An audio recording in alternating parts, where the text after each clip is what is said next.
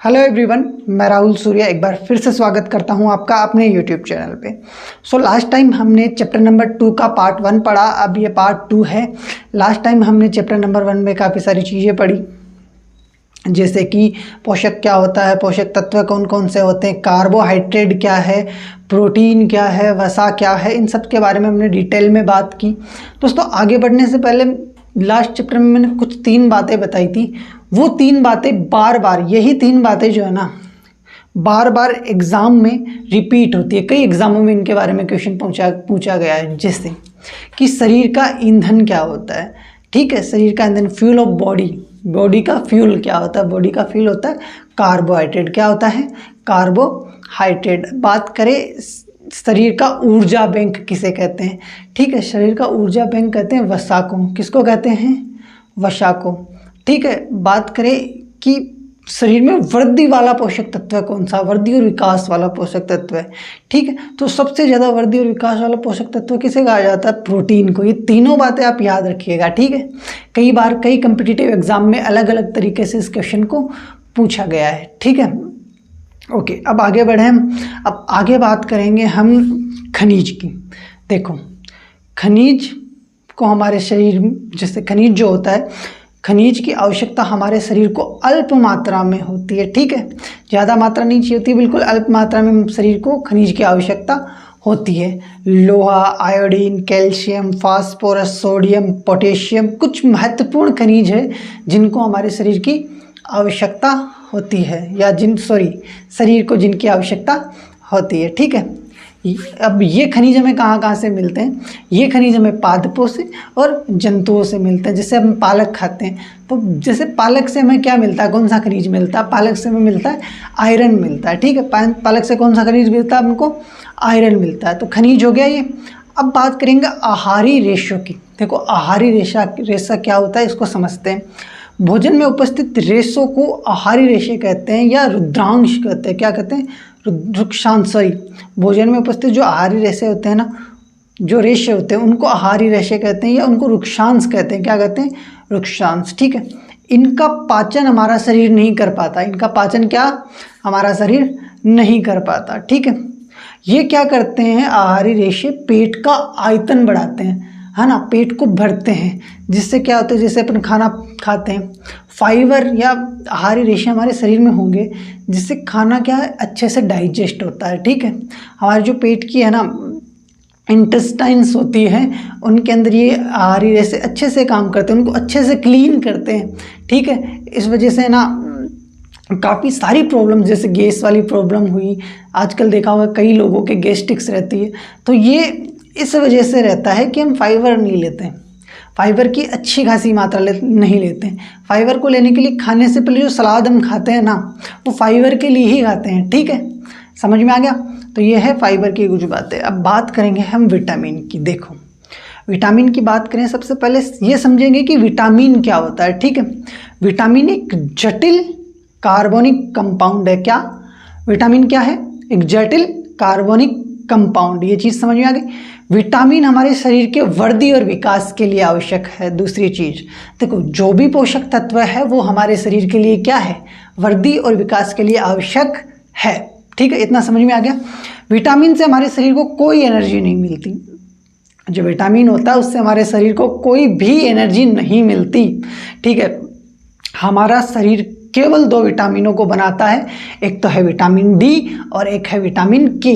आपने कभी नहीं सुना होगा किसी को विटामिन डी की कमी हुई या विटामिन के की कमी हुई, क्योंकि मैक्सिमम ये शरीर है ना हमारा इन दोनों विटामिनों को बना लेता है। ठीक है, शरीर के लिए महत्वपूर्ण विटामिन है vitamin B1, B2, B3, B4 and B6। ठीक है, B9 और B12 शरीर में हीमोग्लोबिन का निर्माण करते हैं। किसका निर्माण करते हैं? हीमोग्लोबिन का निर्माण करते हैं। इतना समझ में आ रहा है आपको? ठीक है, तो ये किस किस का, ये बातें हुई कुछ विटामिन की। ठीक है, ये विटामिन की कुछ गिनी चुनी बातें 6 क्लास के लेवल से। ठीक है, तो अब हम पढ़ेंगे अभावता से होने वाले रोग। ठीक है, विटामिन की कमी से होने वाले रोग और खनिज की कमी से होने वाले रोग। ठीक है, सबसे पहले बात करें अपन विटामिन ए की, तो जो विटामिन ए है उसकी कमी से होता है क्षीणता या दृष्टिहीनता रोग। कौन सा? क्षीणता या दृष्टिहीनता रोग। देखो इसमें क्या होता है, इसके लक्षण क्या क्या है, ठीक है। इसके लक्षण होते हैं रात में कम दिखाई देना, पूरी तरह ना दिखाई देना, ये भी हो सकता है कि कभी कभी पूरी तरह ही ना दिखाई दे, रेयर केसेस में, ठीक है। अब बात करें विटामिन बी की, तो विटामिन बी की कमी से होता है बेरी बेरी रोग। कौन सा? बेरी बेरी रोग। इसमें क्या होता है कि पेशियाँ कमज़ोर होने लग जाती है, काम करना कम कर देती है, मतलब ऊर्जा की कमी हो जाती है, ठीक है। ये समझ में आ गया। तो अब बात करते हैं विटामिन सी की। विटामिन सी की कमी से होता है स्कर्वी रोग। कौन सा रोग होता है? स्कर्वी रोग। स्कर्वी रोग क्या होता है? जैसे मसूड़े होते हैं ना, जब अपन ब्रश करते हैं उनमें खून आ जाता है, तो मसूड़े से खून निकलना, हाथ पैरों का मतलब टोटल मसूड़ों में खून निकलना, कमज़ोर हो जाना, ठीक है। ये सब किसकी कमी से होता है? विटामिन सी की। और रोग कौन सा है? स्कर्वी। विटामिन डी की कमी से होता है रिकेट्स रोग। कौन सा? रिकेट्स रोग। अब देखो रिकेट्स रोग से लक्षण क्या होते हैं? हाथ पैरों का मुड़ जाना, ये किसके लक्षण हैं? रिकेट्स के, है ना। अब ये विटामिन तो 4 हैं अपने। अब जैसे खनिज में है कैल्शियम और आयरन, तो कैल्शियम की कमी से सबको पता है हड्डियाँ कमज़ोर होती है, ठीक है। अस्थियों का और हड्डियों का क्षय हो जाना, लाइक अस्थिया का और दंत से भी इसके अंदर होता है। तो कैल्शियम की कमी से, जैसे कोलगेट के एड में अपन ने बचपन में देखा होगा कि जैसे आपके कोलगेट में कैल्शियम है या नहीं है, ऐसा कुछ करके एड आता था, क्योंकि हमारे कोलगेट में क्या नहीं है? कैल्शियम नहीं, इसलिए हमारी दांत कैसे है? कमज़ोर है। तो कैल्शियम की कमी से क्या होता है? दंत से भी होता है और जो हड्डियाँ होती है वो भी कमज़ोर होती है। अब बात करें आयरन की, तो आयरन से क्या होता है? शरीर में क्या होती है? कमज़ोरी आती है, ठीक है। ये दोनों चीज़ें समझ गए आप। तो ये अल्पता से होने वाले कुछ रोग से जिनको हमने पढ़ा, ये टेबल बन के आपके सामने तैयार है। इसका आप स्क्रीनशॉट भी ले सकते हैं, आप इसका स्क्रीनशॉट ले सकते हैं अच्छे से। ओके, तो अब हम पढ़ेंगे संतुलित भोजन। दोस्तों ये संतुलित भोजन जो है ना, 6 क्लास से लेके 10th क्लास तक हर क्लास में इसकी डेफिनेशन मिलेगी। तो इससे अच्छा अपन एक बार पढ़ लेना, इसको एक बार समझ ले, ठीक है। तो क्या है संतुलित भोजन, इसको समझते हैं। देखो संतुलित भोजन क्या है? संतुलित भोजन वह भोजन जिसके अंदर सभी पोषक तत्व, क्या बोला मैंने? संतुलित भोजन वह भोजन जिसके अंदर सभी पोषक तत्व सही अनुपात में मिलाए गए हो। संतुलित भोजन वह भोजन जिसके अंदर सभी पोषक तत्व क्या है? समान अनुपात में मिलाए गए, तो वो भोजन कैसा कहलाएगा? संतुलित भोजन। इतना समझ में आ गया कि संतुलित भोजन मतलब सिंपल है, सारे जो तत्व हैं वो कैसे होने चाहिए? समान मात्रा में, मतलब जैसे प्रोटीन भी ठीक होगा, कार्बोहाइड्रेट भी ठीक होगा, वसा भी ठीक होगी, सब मतलब एक निश्चित अनुपात में होंगे, बढ़िया अनुपात में होंगे, तो वो भोजन कैसा होगा? संतुलित भोजन होगा, ठीक है। अब बात करें अपन, देखो संतुलित भोजन के लाभ क्या हैं? सबसे पता कि इससे हमारा शरीर बीमारियों से बचता है, ठीक है। इससे हमारा शरीर क्या है? बीमारियों से बचता है। और अच्छे स्वास्थ्य के लिए संतुलित भोजन जरूरी है। ये सब कुछ छोटी छोटी बातें 2-4 संतुलित भोजन के बारे में।